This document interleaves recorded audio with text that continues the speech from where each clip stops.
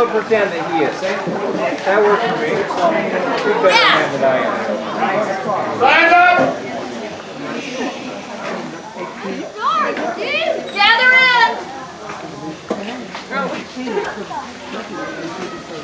We thought it would be appropriate to end our Pioneer Day celebrating our pioneer heritage and all the people who sacrificed so much so that we could have the gospel. That sweet Laurel Young, oh, she sounds like a singer, doesn't she? Sweet Laurel Young is willing to tell a story about her pioneer heritage. So if we could all be quiet and reverent. Thanks. Look, Ruby, I'm using your head. Okay, I have a few stories I could tell you. Really loudly. Okay, I have a few stories I could tell you about some of my ancestors. And one, I just thought this was kind of interesting. This was an ancestor of mine, James Tucker and Nancy Joy Tucker. And before they left to go across the plains, her husband passed away. And so she went across the plains with her 4 children alone without her husband. And her young son drove the ox team across the plains. But before they started their long journey, these were the following rules and regulations that they adopted as their company. And I thought this was kind of interesting. First, prayer to be had night and morning by the officer. Second, no swearing to be allowed. Third, meetings on the Sabbath when convenient or at least one day out of 7. Fourth, dogs to be tied up in camp. Fifth, cattle to be staked outside the corral. And 6th, horses to be put in the corral. 7th, no firing of arms inside the camp. So those were some of the things they had to abide by. And she crossed the plains with Ezra T. Benson and James C. Snow.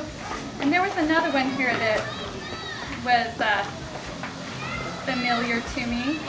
And I don't know what it was. But it took them several months to get across the plains. And it was interesting in here how they talked about how they had a few little tiffs with each other on the way across the plains. But one of the, probably the most memorable pioneer stories in my family is about one of my great-grandmothers, Eliza Parrott Reese. And she joined the church in England, and she wanted to be with the saints in Utah. So she crossed the ocean and got together with a group that was going across the plains.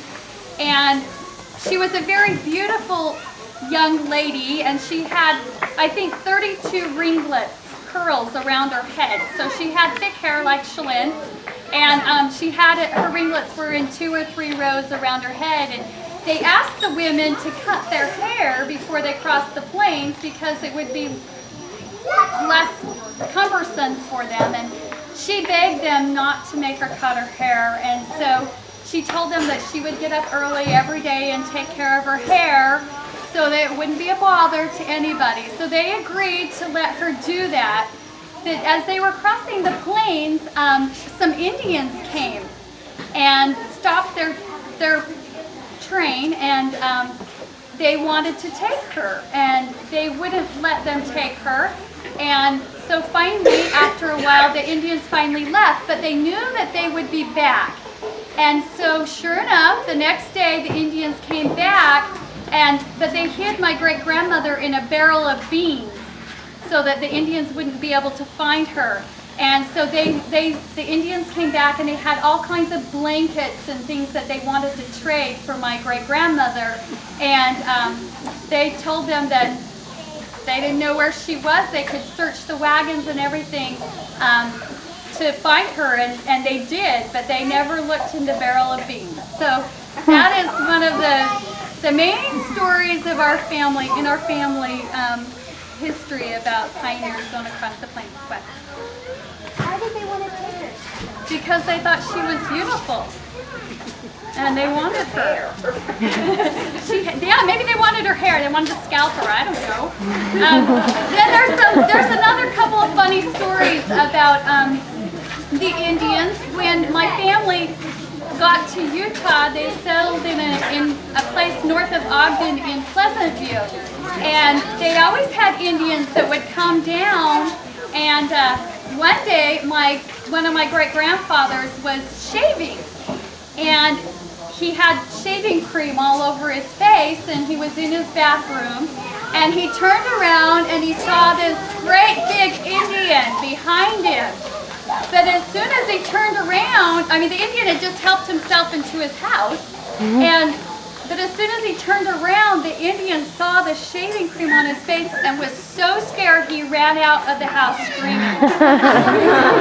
He thought that he had a disease or something, I guess. Yeah, more pain, something, it scared him to death.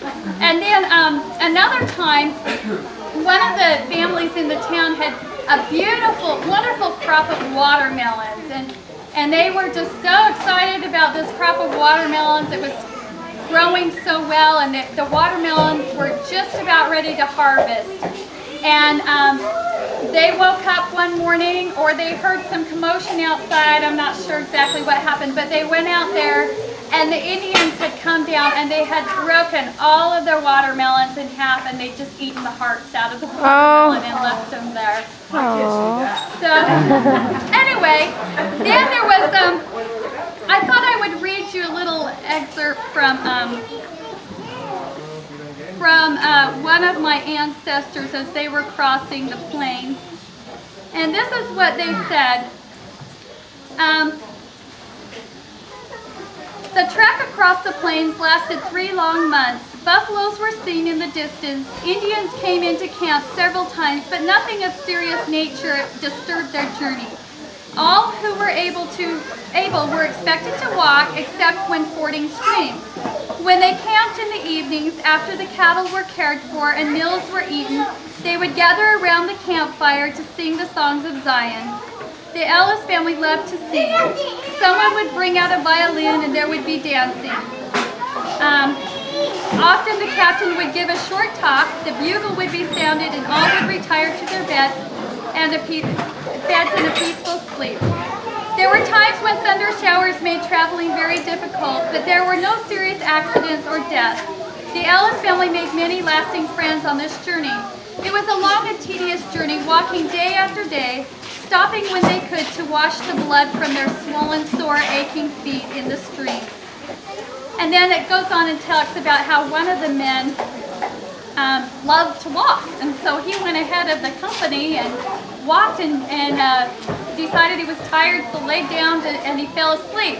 And he had a dream, and he heard his wife calling him, telling him to wake up. And he woke up and looked around, couldn't see anybody, and realized he'd been sleeping a lot longer than he thought he had been. And so he went off to try and find the wagon company, and he couldn't find them, but he finally found the tracks. And so he followed the tracks until night, when he finally, a man from the company on horseback had come back to try and find him. So